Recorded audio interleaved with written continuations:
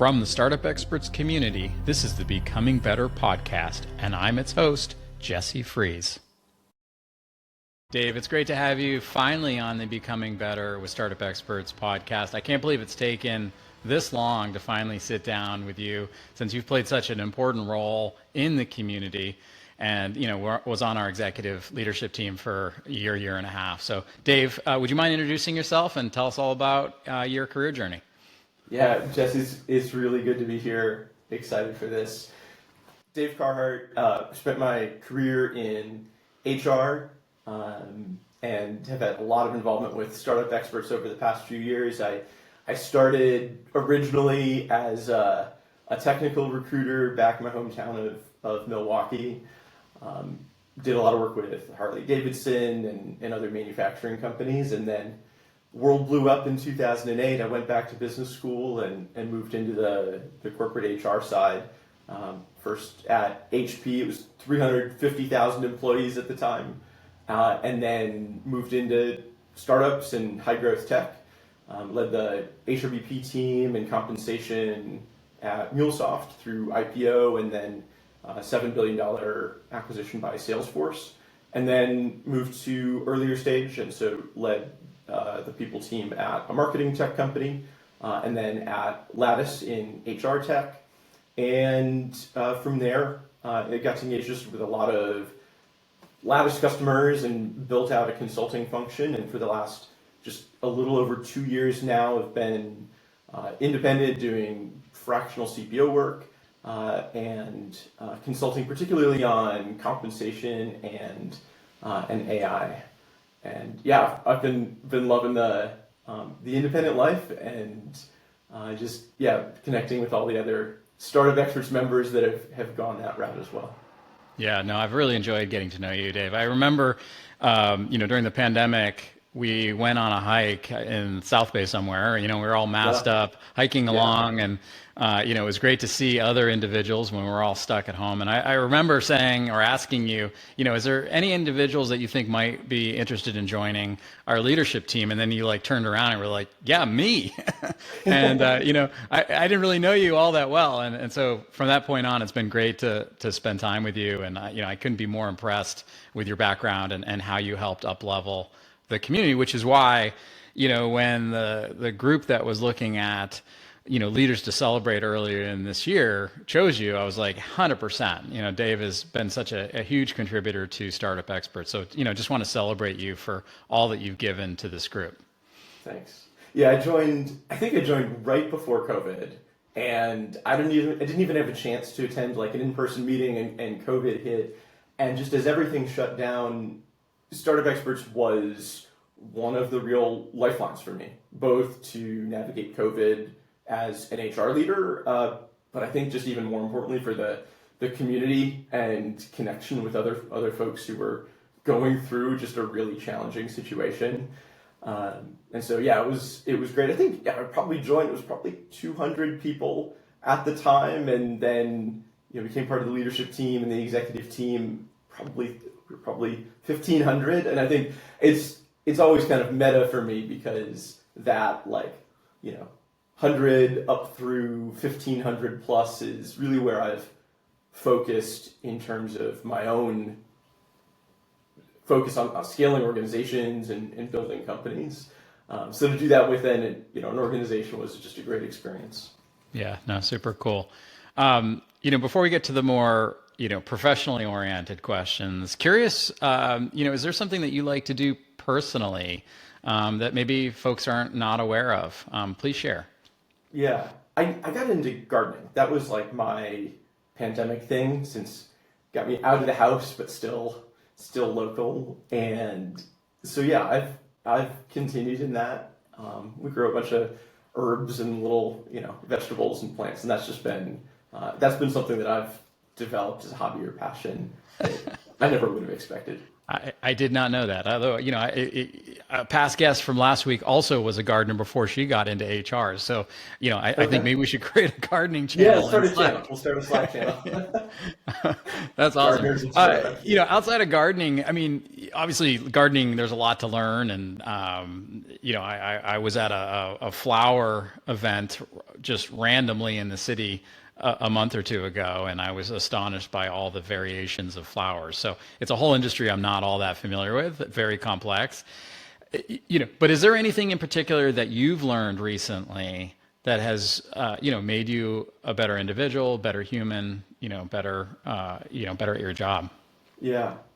I do actually think for me it connects. I think that the more, the longer I've been in my professional career, the more I see the importance of just, managing yourself and your own emotions, particularly like for me around anxiety and patience and, things that you can't control. And I think, that's actually something that gardening really confronts me with. There's just limitations. You can try as hard as you want, and then, the plant just dies on you, or well, it doesn't grow as fast as you expect. So I think there's actually a lot of sort of lessons that I've taken from that. It's been, I'll say, also a little bit easier to reflect on some of those things and gain some emotional distance as I moved from in-house to fractional consulting. And I think, I think I've done a better job of being able to put some emotional distance, right? In HR, everyone's coming with urgent, high pressure, high emotion topics. And it's very easy to get swept up into that.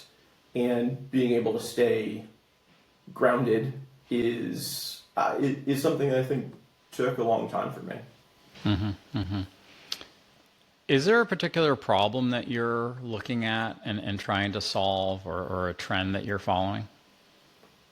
How to be a product manager. And what I mean by that specifically is AI is opening up so many potential opportunities, but it really takes a lot of individuals to experiment and try things and think about who the user is going to be. We can go out and we can build now all of these new AI tools that we would have had to wait for a big enterprise solution, to come. But now that means that we are the builders. And so I've been trying to actually spend a lot of time with product managers and learn, how do they think? How do they figure out what problems are worth solving? And when, maybe you've built something, you're proud of it and you think it's really great, but you decide actually, all right, this isn't serving the user's needs as well as it could. And so we're going to sunset it and go off and build something else. And I think the more powerful AI tools get, so the more power and potential that we have in each of our hands as HR and other startup leaders to build our organizations with those, the more that we have to be able to think like a product manager. So that's what I've been focused on. Yeah, very interesting. When you've looked at your career, Startup Experts in so many ways is learning from each other. I mean, that's the power of community, is having a deep breadth of knowledge. And I think collectively we are amazing, but we also collectively have made a lot of mistakes that we've learned from. Is there a particular instance in your life that has been a pillar moment that you would like to do a redo on, and that you'd be willing to share out? Yeah, I would say like March of this year. And one of the things I've learned about consulting, it can be feast or famine, and everything came in at once, and I said yes to everything. Or one or two maybe I knew I should have said no to, but I said yes to everything. And I paid the price for it in terms of then what what my next 6 months looked like. It forced me to really think hard about how to be honest with myself about what I can take on and when to say no. So I think it's actually helped me focus my work a lot more, and really focusing on the sort of engagements that I think I can bring the most value to, and also that I enjoy doing the most. Mm-hmm. Yeah, I mean, there's certainly, I can see the attraction of saying yes and the inclination to take on a lot of projects. I mean, that's super exciting and hands in everything and you're a mover and shaker. But I'm interested in the flip side. Like, can you share a little more on when you would say no, or when it's more appropriate to turn stuff down? Yeah, I mean, so for me, I've really focused in now on compensation and AI. So there'll be some other engagements that I take on, but that's really where I'm focusing my time. So on compensation, I mean, that's strategy, structure, ops. I mean, it's end to end on that, but focused on comp. And on AI, it's both full company enablement and strategy, and then also HR specific, how to build out a tech stack and transform our HR processes and organization. And the more I've focused on those things, the more expertise I've been able to build up, and also just recognizing that that's where I'm getting the most kind of intrinsic motivation and energy. And that was something that I was looking for when I went into consulting, was to really be able to, I think, shape and have more control over what work that I do.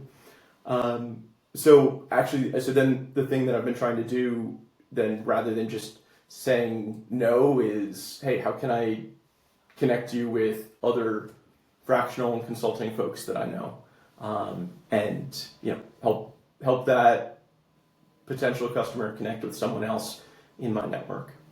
Yeah, no, I could see that. I mean, you've always been a connector and someone who lifts up those folks around you. So it's one of the attributes that I like most about you, Dave. This has been a great chat. It's meant to be a shorter conversation. I'd love to ask you one more question before we jump off, which is, is there a single piece of advice that you could share, with the community, with your peers, that has served you well? Experiment. I think it's useful advice generally, but particularly within AI, which is and will reshape everything about organizations and the world of work. And the people who become the most proficient in AI, who see the most opportunities, who are able to drive the most value, are the ones who are constantly experimenting, constantly trying new tools, new ideas, even when a lot of them don't work, even when it's something that they might not know anything about to start with. That's the biggest predictor of who's able to get the most out of AI from all the work that we've been doing. That's great. Well, thank you so much for sitting down. It's been great to have a conversation with you. I feel like we could, go on forever. But again, I want to appreciate you for being selected as one of our 25 leaders to follow in 25. And thank you so much. Thanks, Jesse. Thank you for listening to this Becoming Better with Startup Experts discussion. If you're interested in learning more about our community and perhaps joining, please visit www.startupexperts.us.